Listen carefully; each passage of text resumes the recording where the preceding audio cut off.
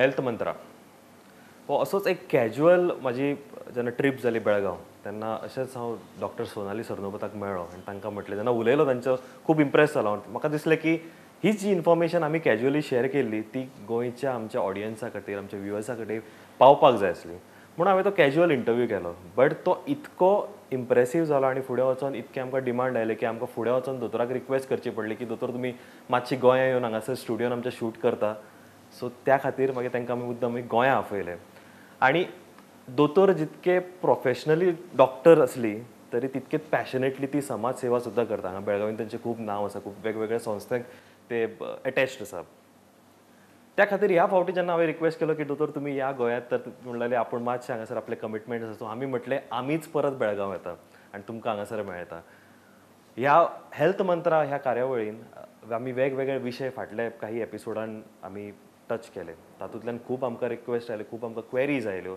आनी अशेंच आमी वेगवेगळे विशय फुडें आमी ह्या एपिसोड्सान आमी टच करतले आमी ताच्या बद्दल आनीक चड जाणून घेवपाचो प्रयत्न करतले आनी त्या खातीर आमच्या वांगडा आसा आतां आनी ओळख करपाची तांची खरीच गरज ना डॉक्टर सोनाली सरनोबत बेळगांवीन मोठें नांव आसा तांचें doctor Sarnobat multi speciality homeopathic clinic आनी रिसर्च सेंटरची doctor Sonali doctor thank you very much for joining us again I understand completely आपण बेळगावीत जरी असलो हा इंटरव्ह्यू शूट करतो पण तुम्ही खूप बिझी असतात बट त्याच्यात आपल्याला वेळ दिल्याबद्दल तुमचं खरंच धन्यवाद. It's a pleasure actually to be on the show. So तुम्ही आता हे जे सांगताय की अशा आरोग्याच्या तक्रारी वगैरे ह्याच्यासाठी खूप लोकांचा प्रतिसाद येतो तर तुम्हालाच असं नाही तो आम्हालाही येत आहे आणि खूप छान वाटतं त्याच्यामुळं की लोकांच्या कोणत्या तरी म्हणजे आरोग्याच्या तक्रारीसंबंधी आम्ही उपयोगी पडतो आहोत. ओके आज जो आपण विषय टच करणार आहोत तो is kidney diseases kidney stone मूतखडो म्हणूयात आम्ही किंवा मूत्रपिंड विकार जाका आपण मराठीत म्हणतो त्याच्याबद्दल आपण जास्त जाणून घेणार आहोत. तर ह्याच्यात माझा एक पहिला प्रश्न आहे जो खूप जणांना हा टेक्निकल मेडिकल टर्म होय रेनल स्टोन ज्याला आपण म्हणतो आपण जेव्हा किडनी स्टोन्स होतो तेव्हा renal stone is something that we hear quite often.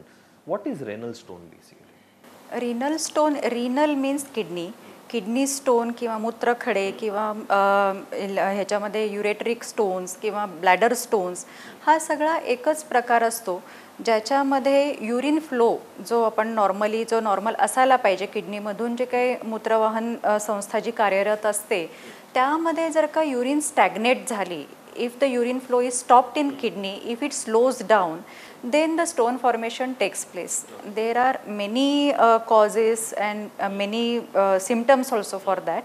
पण renal stones म्हणजे किडनीमध्ये होणारे खडे किडनीचे जी रचना असते त्याच्यामध्ये दोन किडनीतून खाली येणाऱ्या दोन मूत्रवाहिनी आणि त्या मूत्रवाहिनी येऊन ज्या एका ब्लॅडरमध्ये मूत्रसंचय करतात म्हणजे तिथं ते युरिन साठते आणि तिथून इट इज एक्सपेल्ड आउट. तर ही अशी सिस्टीम असते. यामध्ये स्टोन कुठंही होऊ शकतात. किडनीमध्ये होऊ शकतात त्या ट्यूबमध्ये होऊ शकतात ब्लॅडरमध्ये होऊ शकतात किंवा ब्लॅडरमधून पुढं जाणारी जी काही मूत्रवाहिका असते त्यामध्ये पण राहू शकतात आणि हा सगळा एकत्रित प्रकार जो असतो त्यामुळं मूत्रविकारही होऊ शकतात किडनी फेल्युअरसुद्धा होऊ शकतात किंवा खूप जोरात अशा कळासुद्धा येऊ शकतात ज्या रुग्णाला खूप असह्य होतात त्याला रिनल कोलिक म्हणतात. बेसिकली मूत्रखड्यांचे कोणकोणते वेगवेगळे प्रकार आहेत आणि does it lead to very harsh consequences also? Yes exactly. मूत्रखड्याचे प्रकार मी आता लोकेशन वाईज तुम्हाला सांगितले की ते कुठल्या कुठल्या स्टेजेसमध्ये आढळून येतात.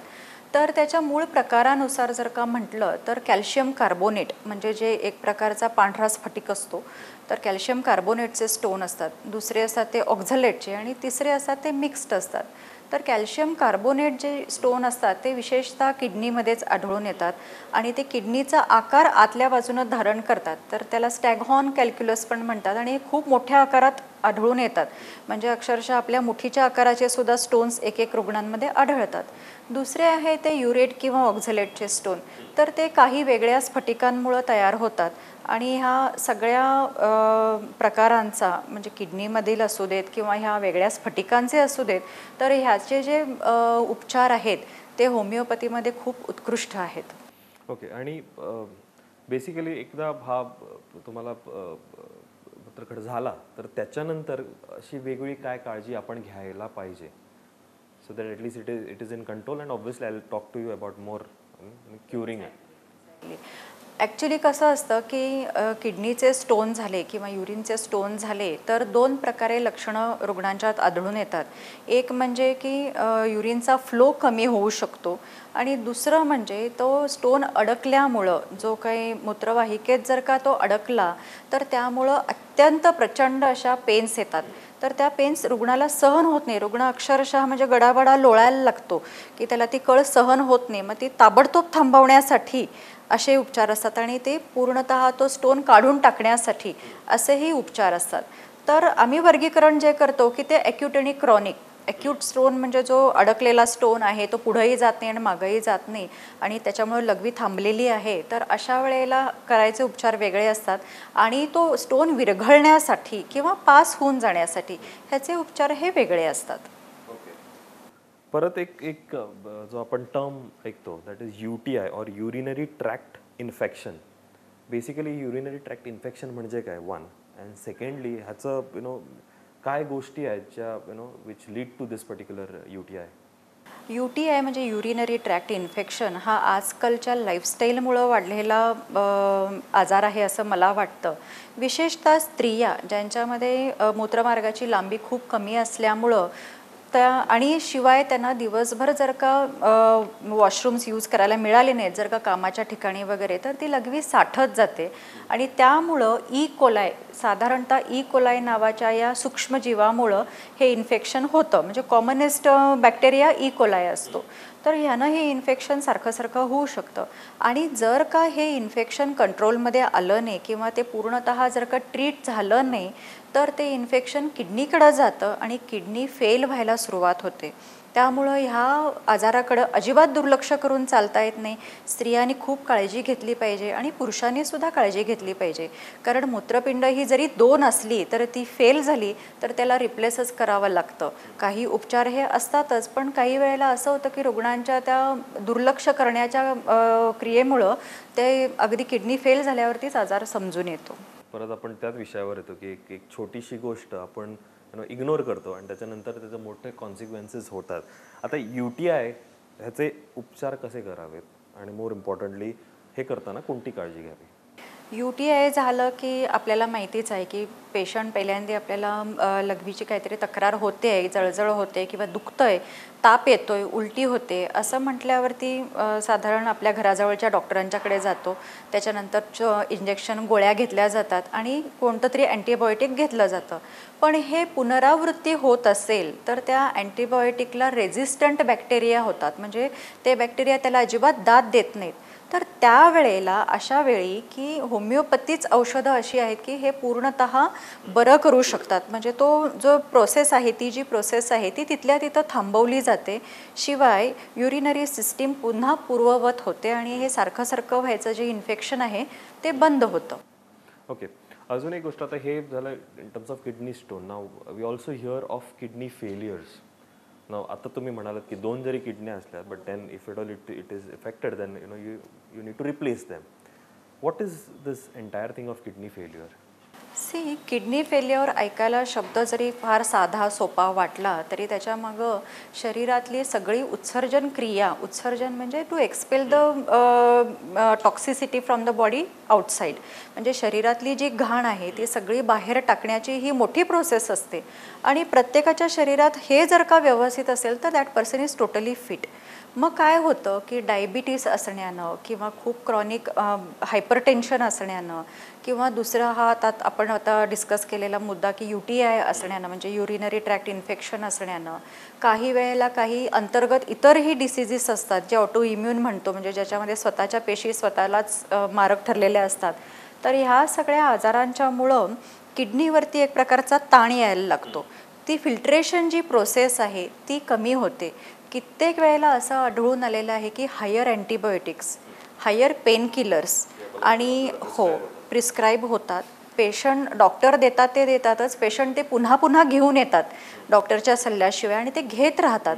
तर ह्यानं किडनी फेल्युअर व्हायचं प्रमाण आजकाल खूप वाढलेलं आहे आणि अशा केसेसच मला वाटते की 80% अशा केसेसच येतात ज्या आयट्रोजेनिक म्हणजे ज्या मेडिकल ट्रीटमेंटमुळं किडनी फेल झालेल्या आहेत. अशा केसेस आमच्याकडे खूप येतात आणि त्यांना आम्ही ट्रीटमेंट देत आहोत आणि ते पेशंट क्युअरही होतात. पण क्युअर होतात याचा अर्थ असा नाही की कुणीही काळजी घेऊ नये. तर नेफ्रोटिक सिंड्रोम आणि नेफ्रायटिक सिंड्रोम हे दोन वेगळ्या वेगळ्या प्रकारचे किडनी फेल्युअरचे सिंड्रोम्स आहेत. त्याची जी कारणमीमांसा आहे म्हणजे जे पॉझिटिव्ह फॅक्टर्स आहेत किंवा ट्रीटमेंट फॅक्टर्स आहेत हे पेशंटने स्वतः ट्रीटमेंट करण्यासारखी गोष्ट नाही. ह्याला तज्ज्ञांचाच सल्ला घ्यावा लागतो कारण ही गोष्ट जी आहे किडनी फेल्युअरची ही रुग्णाच्या जीवावरती बेतू शकते. इंटरेस्टिंगली खूप जण ॲलोपॅथीकडच्यान मातशे शिफ्ट जातात towards naturopathy or homeopathy for that matter. आणि म्हाका दिसता I have a good resource person who briefs you all about homeopathy. आतां coming to the question, kidney फेल्युअरमध्ये what is the role that homeopathy plays more important. तुम्ही म्हटलं it cures you, but can it completely stop dialysis, because dialysis also happens when kidney failure जेव्हा होते तेव्हा. Kidney failure होतं त्यावेळेला मगाशी मी म्हटल्याप्रमाणे किडनीची जी काही उत्सर्जन क्रिया आहे जे to expelling the toxicity outside ती क्रिया पूर्णपणे बंद होते. मग शरीरामध्ये युरिया आणि क्रिएटिनिन ह्याचं प्रमाण वाढायला लागतं जे दूषित द्रव्य असतात. तर ती वाढायला लागली की काही वेळेला ट्रीटमेंटनं त्याचा ते बाहेर टाकण्याचा रक्त स्वच्छ करण्याचा प्रयत्न केला जातो. पण जेव्हा रुग्ण त्याला रिस्पॉन्स देत नाही त्यावेळेला कृत्रिम उत्सर्जन क्रिया म्हणजे तुमचं रक्त पूर्ण शुद्ध करून तुमच्या शरीरामध्ये परत सोडलं जातं तर त्याला डायलिसिस म्हणतात. त्याची 2-3 वेगळी टेक्निक्स आहेत. तर हे एकदा करायला लागल्यावरती शरीराला आपोआपच कृत्रिम डायलिसिसची म्हणजे कृत्रिम उत्सर्जन क्रियेची सवय लागते. ऑटोमॅटिक होत असेल तर शरीर का करेल ना, असा एक विचार प्रवाह आहेच त्यात. तर आमच्याकडे येणारे रुग्ण विशेषतः किडनी फेल झाली हे समजल्यावरती ते डायरेक्ट आमच्याकडे येत नाहीत. तर जे येतात ते सगळीकडं फिरून मग शेवटी होमिओपॅथी करायची लास्ट स्टॉप करून पाहू अशा पद्धतीनं येतात. चान्स घेऊ अशा पद्धतीनं येतात. तर त्यावेळेला आम्ही काय करतो, एकतर त्यांची सगळी हिस्ट्री घेतो, कारण काय आहे, अनुवंशिक आहे किंवा ॲट्रोजेनिक म्हणजे दुसऱ्या वैद्यकीय औषधांमुळं झालेले आहे किंवा आणि काय आजार आहे हे सगळं शोधून घेऊन त्याप्रमाणे सगळे उपचार प्लॅन करतो. आणि असे proudly I would like to say की असे आमच्याकडे रुग्णांची लिस्ट विथ रिसर्च आहे की ज्यांना हे पूर्ण रिव्हर्स झालेलं आहे. डायलिसिस थांबलेलं आहे, रक्तातलं युरिया क्रिएटिनिन कमी होत नॉर्मलला आलेलं आहे. त्यांची शुगर जर का असेल, विशेषतः diabetes is the main cause of this, तर ती शुगर जर का असेल तर तीही नॉर्मलाइज झालेली आहे.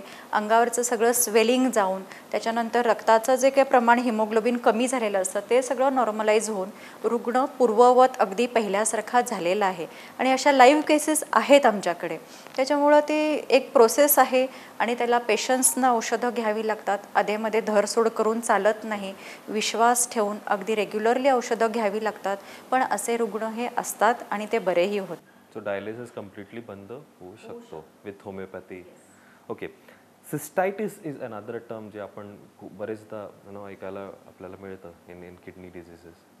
सिस्टायटिस म्हणजे इन्फ्लमेशन ऑफ ब्लॅडर म्हणजे जिथं मूत्रसंचय होतो किंवा मूत्राशय ज्याला म्हणतात त्याला युरिनरी ब्लॅडर म्हटलं जातं. तर ते सिस्टायटिस पण खूप कॉमन आहे आजकाल आणि ते सुद्धा कदाचित आपल्या लाईफस्टाईलमुळं किंवा खाण्याच्या विचित्र सवयी, सततचा असलेला मधुमेह म्हणजे अनकंट्रोल्ड डायबिटीस असं मला म्हणायचं आहे, ज्यामध्ये रक्तशर्करा व्यवस्थित राहत नाही, ब्लड शुगर व्यवस्थित राहत नाही, सारखी फ्लक्च्युएट होते.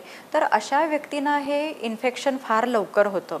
ते सुद्धा UTIमध्येच इन्क्लूड केलं जातं. पण ह्याची जी फ्रिक्वेन्सी आहे पेशंट्समध्ये ही अलीकडं खूप वाढली आहे. मग त्यासाठी आपल्या डायर्नल व्हेरिएशन्समध्ये दर 2 तासांनी मूत्रविसर्जन होणं हे खूप आवश्यक आहे. आणि ते जर का झालं नाही तर त्याच्यामध्ये बॅक्टेरिया किंवा व्हायरसेस वाढीला लागतात.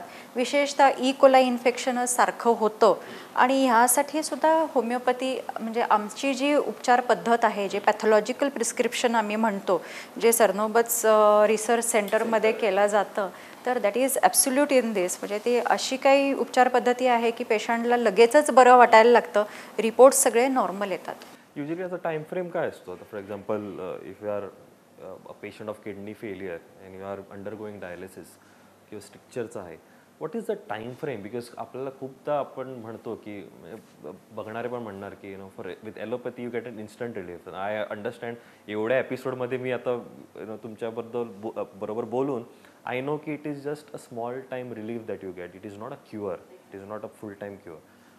What is the time frame with kidney as a perspective? UTI आणि सिस्टायटिस हे जे आजार आहेत किंवा किडनी स्टोन्स हे तुलनेनं ट्रीटमेंटला खूप सोपे आहेत, इझी आहेत आणि त्याची टाईम फ्रेम एक 2 महिन्यापासून ते 6 महिन्यापर्यंत असू शकते की त्याच्यामध्ये ते पूर्ण रिव्हर्स होतात, स्टोन पडून जातात, किडनीमध्ये असलेले विरघळून जातात. खूप मोठे स्टोन असले तर ते विरघळणं खूप अवघड असतं, तर त्याला काही वेळेला सर्जरीच करावी लागते. UTI आणि सिस्टायटिस म्हणजे मूत्रनलिका दाह आणि मूत्राशय दाह हे दोन्ही अगदी पूर्णतः 100% 2 ते 4 महिन्याच्या मध्येच कमी होतात, बरे होतात पूर्णतः. किडनी डिसीज म्हणजे रिनल फेल्युअर जे आहे हा खूप वर्षाचा झालेला परिपाक असतो आणि त्यामध्ये डायलिसिस हे साधारण 5-6 महिने घेऊन आठवड्यातनं 3 वेळेला करत असतात, 2 वेळेला करत असतात. तर ती कमी व्हायला 1 वर्षाचा कालावधी जातो. तर होमिओपॅथीनं ते बरा व्हायसाठी साधारण 1 वर्षाचा कालावधी अपेक्षित असतो आणि त्यामध्ये रुग्ण हा पूर्ण बरा होतो सुद्धा. म्हणजे फक्त आम्ही वर्बली सांगत नाही की असं आहे आणि तसं आहे, तर त्याच्यासाठी आम्ही दर महिन्याला टेस्ट करत राहतो. युरिया आणि क्रिएटिनिनच्या लेवल्स कमी आलेल्या दिसून येतात. सोनोग्राफीमध्ये श्रिंक झालेल्या किडनीज किंवा ग्लोमेरल फिल्ट्रेशन रेट ज्याला GFR आपण म्हणतो तो सगळा नॉर्मल होताना दिसून येतो. म्हणजे इव्हिडन्स बेस्ड ट्रीटमेंट आहे. ओके. अजून एक गोष्ट जी आपण म्हणतो की युरेथ्रल स्ट्रिक्चर. आता how bad is this and more importantly होमिओपॅथीमध्ये ह्याचा काय रोल आहे? युरेथ्रल स्ट्रिक्चर हा एक विचित्र आजार आहे. म्हणजे ज्याच्यामध्ये काय होतं की मूत्राशयातनं युरिन बाहेर टाकताना ती जी ट्यूब असते त्याची जी रचना असते ती आतनं बिघडते आणि ते व्यास त्याचा जो असतो, डायमीटर जो असतो तो कमी व्हायला लागतो आणि तो कमी झाल्यानं लघवी पूर्णतः बाहेर पडत नाही, थेंब होते किंवा ते युरिन पास करताना पेन्स व्हायला लागतात आणि अशा रुग्णांना काय होतं की डायलटेशन सारखं करावं लागतं. म्हणजे त्या मूत्रमार्गाचं डायलटेशन म्हणजे तो मूत्रमार्ग मोठा करण्यासाठी सतत ट्यूब्स घालून ते डायलेट करावं लागतं आणि ते खूप अनइझी होतं. म्हणजे रुग्णाला ते एकतर खूप म्हणजे सगळ्यांच्या समोर ह्या अशा आजाराची कल्पना देणं सुद्धा अवघड होऊन जातं आणि त्याची ट्रीटमेंट करणं सुद्धा अवघड होऊन जातं. काही वेळेला त्याला सर्जरी करून तो मूत्रमार्ग मोठा केला जातो, पण ते करताना सुद्धा एखाद्या वेळेस तो मूत्रमार्ग कट झाला किंवा ती स्ट्रिक्चर कट झाली तर तिथं इमर्जन्सी काहीही करता येत नाही. ते फेल्युअर होऊ शकतं, सर्जिकल फेल्युअर होऊ शकतं. तर अशा वेळेला मला सांगायचं आहे की होमिओपॅथी इज अ बून. म्हणजे ते अक्षरशः वरदान आहे आणि नॅचरली तो लहान झालेला मूत्रमार्ग नॉर्मल होऊ शकतो, 100% नॉर्मल होऊ शकतो. ह्यासुद्धा केसेस आमच्याकडे डॉक्युमेंटेड आहेत. ओके. अजून एक आपण जो विषय म्हणतो की is bed wetting also part of kidney diseases or is it something that is quite different? Bed wetting जे आहे हे आपण म्हणतो की फक्त लहान मुलांच्याच मध्येच होतं की अंथरुणामध्ये सू करणं वगैरे ज्याला आपण म्हणतो, तर हा फार कॉमन आजार आहे आणि पूर्वीपासून होमिओपॅथी ह्याच्यासाठी प्रसिद्ध आहे. म्हणजे लोकांना असं वाटायचं की फक्त ह्या एकाच आजारामध्ये ह्याचे उपचार होमिओपॅथीनं शक्य होतात, तर तसं नाही आहे. तसं नसून हा आजार जो आहे हा लहान मुलांपासून ते मोठ्यांपर्यंत सगळ्यांच्यात आढळून येऊ शकतो. काही वेळेला काय होतं की सांगायचं नाही, लाज वाटते म्हणून हा आजार सांगितला जात नाही आणि त्याचे उपचार केले जात नाहीत. पण त्या माणसाला त्या सायकोसोमॅटिक त्याचा प्रेशर यायला लागतं. एक तर कसं आहे की मानसिक विकारांमुळं होणारा हा शारीरिक आजार आहे, तर याला आपण सायकोसोमॅटिक डिसऑर्डर असं म्हणू. मनामध्ये भीती असणं, कॉन्फिडन्स नसणं ही ह्याची कारणं असू शकतात. काही मुलांना युरिन पास झाल्याची स्वप्न पडतात आणि त्यातनं युरिन पास होते. काही अगदी वयात आलेल्या मुलींनासुद्धा हा त्रास होऊ शकतो आणि दॅट इज व्हेरी एम्बॅरसिंग की हे असं होत असताना त्या मुलींना खूप लाज वाटते. आईवडिलांनासुद्धा सांगितलं जात नाही, आईवडील डॉक्टरना सांगायला कचरतात. तर यामध्ये समाज प्रबोधन होणं पण फार गरजेचं आहे, कारण त्या मुलाच्या किंवा मुलीच्या मानसिक वाढीसाठी ह्या आजाराचं निराकरण होणं हे फार गरजेचं असतं आणि त्याच्यासाठी खचितच चांगली होमिओपॅथिक औषधं आहेत, ज्यांना तो मानसिक आजारसुद्धा आणि शारीरिक कंप्लेंटसुद्धा दोन्ही कम्प्लिटली क्युअर होतात. ओके. आता एक इंटरेस्टिंग इम्पॉर्टंट विषय जो वी कम फ्रॉम गोवा, माझे व्ह्युअर्स आहेत ते सगळे Goan. There are 2 things which are very cheap. One is petrol and the other one is liquor. आणि लिकरमध्ये जो मेजरली कन्झम्पशन होतो तो दॅट इज बियर. ना I have heard a lot of people saying की maybe an apple a day keeps a doctor away. It's like a beer घेतल्यानंतर it cures you or it dissolves it. I don't know, there are N number of theories. So I think I have got a good opportunity to ask the doctor itself की is it true. Actually फार चांगला question आहे. पण कसं आहे की गोव्याच्या पेशंट्समध्ये urine स्टोनचं प्रमाण हे खूप आहे. त्याला कारण म्हणजे जमिनीतल्या क्षारांचं प्रमाण, मेटॅलिक प्रमाण पण, मेटलचं पण प्रमाण खूप आहे आणि पाण्यामधलं, पिण्याच्या पाण्यामधलं क्षारांचं प्रमाणसुद्धा खूप आहे. तर प्रत्येक पेशंट जो येतो तो असं विचारतोच की मी फक्त बियर घेतली की ते सगळे स्टोन पडून जातील का, की आम्हाला बियर घ्या म्हणजे काय होणार नाही तुम्हाला, तुमची किडनी सिस्टीम सगळी अगदी छान राहील असं सांगितलं जातं. पण खूप चुकीचं आहे. कारण बियरमध्येच इतके स्फटिक असतात की त्यांना किडनी स्टोन होऊ शकतात. तर त्याचा अतिरेक जर का झाला तर त्यानं सुद्धा किडनी स्टोन होतात. दुसरं म्हणजे असे काही आहारातले घटक असतात की आता बकरीचं मांस जे आहे त्यानं मटन रेड मीटनं सुद्धा स्टोन्स होऊ शकतात. तर ते अवॉइड करणं फार गरजेचं आहे. आणि चांगली गोष्ट की माशांमुळे स्टोन्स होत नाहीत. तर मासे चांगले आहेत पण बियर मुळीच चांगलेली नाही आहे. नाही, बरेचदा असा प्रश्न येतो की मला एकदा कोणी म्हटलं की he start getting pain. So he said kidney stone होऊच शकत नाही. व्हेरी मच कॉन्फिडंट, कारण मी बियर पितो. So I was quite surprise, but you answered it very nicely. आता हे किडनी डिझिजेस जे आहेत आपले, त्यासाठी स्पेशल आहार, special lifestyle or maybe some kind of exercise, what is that one thing that you want to advise just to avoid this particular thing. हाही खूप चांगला प्रश्न आहे की लोक येतात, ट्रीटमेंट घेतात, जातात, पण हा मुख्य प्रश्न विचारायला विसरतात. तर आम्ही त्यांना किडनी स्टोन्ससाठी एक आहाराची नियमावलीच देतो की काय खायचं नाही किंवा प्यायचं नाही म्हणजे स्टोन होणार नाहीत. तर खायचं नाही ह्याच्यामध्ये दूध आणि दुधाचे पदार्थ ज्याच्यामध्ये कॅल्शियम कार्बोनेटचं प्रमाण जास्त असतं ते अवॉइड करावे लागतात, कारण त्याच्यापासून हे असे स्टोन्स बनवू शकतात. दुसरं म्हणजे काही अति ग्रीन असलेल्या पालेभाज्या म्हणजे साधारण मेथी किंवा शेपू वगैरे हे डार्क ग्रीन लिफी व्हेजिटेबल्स जे आहेत त्या कच्च्या खाऊ नयेत. त्या खूप शिजवून खाल्ल्या तर त्यातले स्फटिक आपल्या अंगात जात नाहीत, पण त्याच्यामध्ये ऑक्झलेट्स असतात तर ते टाळणं गरजेचं आहे. काळे वाटाणे जे गोव्यामध्ये मुबलक असतात किंवा उत्तर कर्नाटकमध्ये मुबलक असतात, मिळतात, तर ते अवॉइड करणं सुद्धा खूप गरजेचं आहे. त्याशिवाय बाकीचे जे काही सिट्रस फ्रूट म्हणतो आपण म्हणजे साधारण संत्री, मोसंबी हे अवॉइड करणं खूपच गरजेचं आहे. आणि ऑल्सो आणि सगळ्यात महत्त्वाचं म्हणजे किडनीसाठी योग्य वेळेला थोड्या थोड्या प्रमाणात पाणी पिणं आणि मूत्रविसर्जन करणं म्हणजे urination and drinking water both are very important. म्हणजे तुम्ही सगळं काही केलं, गोष्टी जर का व्यवस्थित झाल्या नाही तर ती सिस्टीम फ्लश होत नाही. तर ह्या सगळ्यांचं भान ठेवणं फार गरजेचं आहे. अजून एक गोष्ट जी आता तुम्ही म्हणालात की पाणी प्यायला पाहिजे and obviously that outlet should be intact. ह्या अनदर क्वेश्चन खूपदा म्हणतं की आपण पाणी प्यायला पाहिजे, खूप पाणी. What is the ideal figure की आपण किती पाणी प्यायला पाहिजे. मला खूप आपण वेबसाईट वगैरे असंच बघतो तेव्हा म्हणतात की 1-2 litre per day, 5 litres per day. What is the correct evaluation or is it depending on my body, my weight और my height. What is the magic number. Actually आपलं शरीर आहे ते 90% पाण्यानं बनलेलं आहे. आपल्याला पाण्याची गरज ही लागतेच. पण 5 लिटर प्यायला पाहिजे म्हणून लोक अगदी 1-1 लिटरच्या 5 बाटल्या भरून ठेवतात आणि ते ओतत राहतात. तर हे चुकीचं आहे. तुमचं शरीर तुम्हाला सगळ्याचे सिग्नल देत असतं. तुम्हाला जेव्हा तहान लागते, पाणी पिल्यावरती आपल्याला जिथं थांबावं असं वाटतं तेवढं थांबणं गरजेचं आहे. उगाच आपल्याला पाणी प्यायलाच पाहिजे म्हणून भरपूर पाणी पिणं ही काही चांगली गोष्ट नाही आहे. Or I am sorry to disturb you. जास्त पाणी पिणं म्हणजे आता एक मला कोणी सांगितलं की 2 लिटर पाणी प्यायला पाहिजे. So what I do is 1 litre in morning, 1 litre in the evening. So will it create a little pressure on my bladder system also. नाही, आपण मनुष्य प्राणी आहोत, आपण उंट नाही आहोत. त्याच्यामुळं काय एकदम पाणी पिऊन ते पचवणं आपल्या शरीराला अवघडही होतं. आपण ज्या प्रमाणात खातो त्या प्रमाणातच पाणी पिणं, जेवढी भूक लागते तेवढं खाणं आणि जेवढी तहान लागते तेवढं पाणी पिणं हेच गरजेचं आहे.